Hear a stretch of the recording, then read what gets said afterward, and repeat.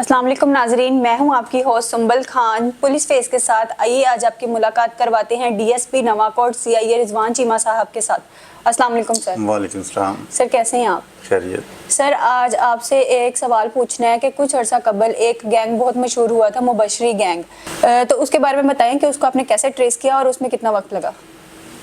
जी, ये मुबशरी जी पहले भी गिरफ्तार हुआ था।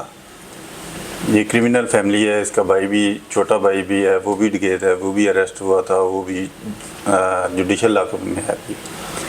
ये मुबशर जो था, ये इधर से चलान होके गया था, तो ये जुडिशल लॉकअप से ये फ़रार हो गया था। फ़रार होते ही इसने एक सेकंड वाइफ की हुई थी, शादी की हुई थी बाहर, तो उसके साथ मिलके ये वारदातें करता था। अपना जो इसका साला था, दूसरी बीवी का जो भाई था, उसको साथ सिस्टम लाया हुआ था।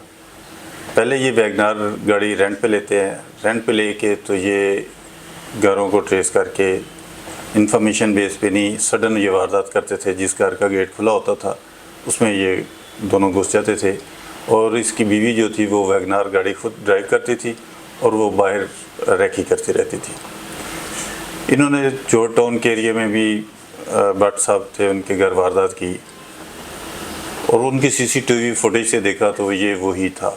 कि इसको देखा तो मैंने पहचान लिया, मेरे स्टाफ ने पहचान लिया कि ये तो मुबशरी है। इसके बाद इसने लगातार सत्तो कतला के एरिया में हौसराबरी, वलेंशिया में हौसराबरी इसने कर दी, माफस टाउन में वारदात की। तो इसने बाहर जेल से निकलते हुए आते ही इसने फिर ज़्यादा वारदातें शुरू कर दी। इसके पीछे लगे तो हमें एक जगह से सीसीटीवी फुटेज मिल गई थी इसकी गाड़ी के ट्रेस करते करते रैकी करते करते ये एक मरी गए, हम पीछे इसके मरी गए। मरी से ये निकल आए, उस होटल पे हम पहुंच गए थे, ट्रेस कर लिया। उधर से इसके जो ससुर था, उसके जावेद नाम था, उसके नाम पे इसने उधर कमरा लिया हुआ था। वापस आ गए गाड़ी, उधर से भी उसकी फुटेज मिल गई हमें। वो गाड़ी को ट्रेस करते करते डीजी खाम पहुंच गए इसके पीछे। हमें जो 2 से 2.5 माह लगे थे इसके पास, यानी कि जब ये फ़रार हुआ था तो उसके बाद इसको पकड़ने। डीजी खां में फिर ह्यूमन इंटेलिजेंस से हमारे इधर स्टाफ के गए हुए थे, प्राइवेट गाड़ी में, प्राइवेट कपड़ों में। 2 दिन लगे और उन्होंने ये गाड़ी उधर इनको ट्रेस मिल गई। गाड़ी का इन्होंने पीछा किया, जिस घर में ये गाड़ी रुकी जाके, तो उसकी मुकम्मल रैकी शुरू कर दी। तो फिर इधर से स्टाफ नफरी और गई, उधर से ली, और फिर हमने इसको उधर से पूरी फैमिली को स्मैश किया। तो इस गैंग में सर पूरी फैमिली मुलव्वस थी या फिर मियां बीवी थे? पूरी फैमिली मुलव्वस थी। और मज़े की बात यह है कि एक वकील साहब थे हमारे, उनके घर ओपीएफ में वारदात हुई थी, तो उनकी एक स्वीडन की बिल्ली भी साथ ये ले गए थे। वो बिल्ली भी हमें मिली थी। वो बिल्ली का बाकायदा पासपोर्ट बना हुआ है, उसका वो पासपोर्ट बना था। वो बिल्ली को लेके आए, मतलब बिल्ली को भी गाड़ी में लेके जाते थे पूरा प्रॉपर? नहीं, गाड़ी में बिल्ली वो उनके घर से डकैती करके ले गए थे। बिल्ली भी ले गए थे? बिल्ली भी ले गए थे।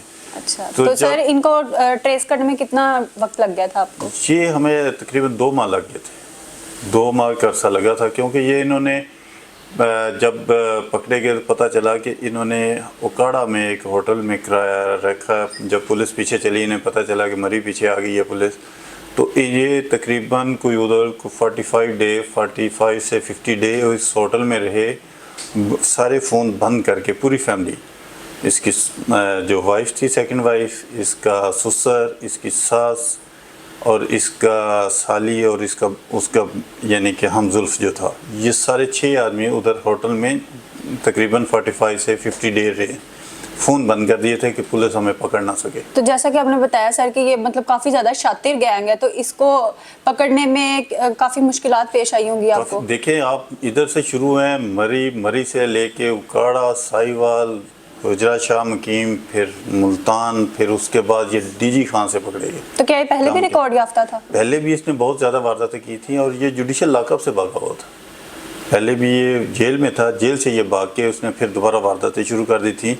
और ये अक्सर वारदात में अपने ससुर को, सास को और बेगम को साथ रखता था, ताकि जब भी पुलिस आगे चेक करती थी तो वो कहती थी कि एक फैमिली जा रही है, तो पुलिस इतना गौर नहीं करती थी, इनकी तलाशी नहीं लेती थी।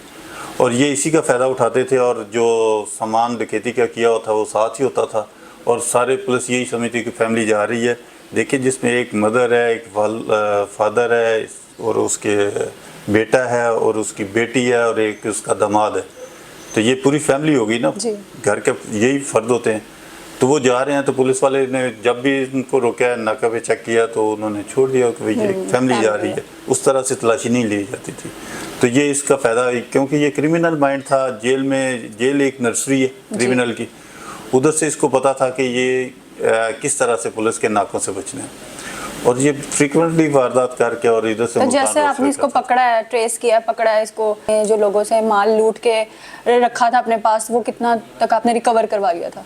ये तो फिर इसकी फैमिली सारी पकड़ी गई थी ना, ये तो फिर स्केप हो गया था। और इनसे तकरीबन हमने 2.5 करोड़ के जो थी रिकवरी की थी। इसमें 2 गाड़ियाँ थी, 2 करोड़ 1 करोड़ 80 लाख कैश था जो इनसे रिकवर हुआ था। सोना अलहदा था। तो वो जिन घरों की वारदातें जिस तरह हुई थी वो सबको उनको वापस लौटा दी मिली और सब खुश हुए थे। तो जब भी इस गैंग ने वारदात की है तो मैंने सब के सामने उनको बिठाया भी है। उनके ये सडन वारदात करते थे, जिस घर का गेट खुला हुआ है या कोई गाड़ी में फैमिली अंदर आई है, गेट इंटर हुए हैं, तो ये पीछे इंटर हो जाते थे। ये इन्होंने कोई प्री प्लान नहीं होता था कि आज हमने इस घर में वारदात करनी है या उस घर में वारदात करनी है, ये नहीं है। ये रैंडमली चलते हुए देखते थे, जिस घर का गेट खुला होता था उसमें वारदात करते थे। ये नुकरानी और तो सर इस केस को देखते हुए आप आवाम को क्या पैगाम देना चाहेंगे? कि जब भी आप अपने घर में इंटर हों तो उस वक्त ज़रा अपने आप को चौकस रखें और साइडों पे नज़र रखें कि कोई बंदा हमें देख तो नहीं, कोई आ तो नहीं रहा, हमारी तरफ आ तो नहीं रहा जब गेट खोलते हैं जी।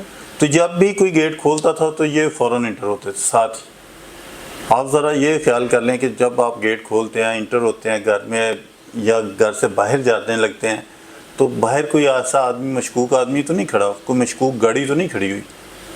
ये आप थोड़ा सा प्रिकॉशनरी कर लें तो कोई ऐसी बात नहीं होती। ये कोई ऐसा नहीं कि नाक करके ये जाते थे, ये नाक करके नहीं जाते थे, ये चले जाते थे। ये रैंडमली जो घर का जिस घर का गेट खुला नज़र आता था उसमें घर। तो लोगों को यही चाहिए, थोड़ा सा अवेयरनेस होनी चाहिए कि गेट अपने लॉक जो है वो करने चाहिए, ऐसे खुले ना छोड़ें। जब और ख़ास तौर पे जब ये होती थी, ये वारदात करते थे कि जब किसी गेट का नुकरानी गेट खोल के वो सफाई कर रही होती थी, तो जब गेट गैराज का खुला होता है तो सामने डोर भी खुला होता है, टीवी लॉन्च का भी या लिविंग का डोर खुला होता है, तो वो सबसे आसानी इनके लिए होती थी क्योंकि गेट का नुकरानी सफाई कर रही है।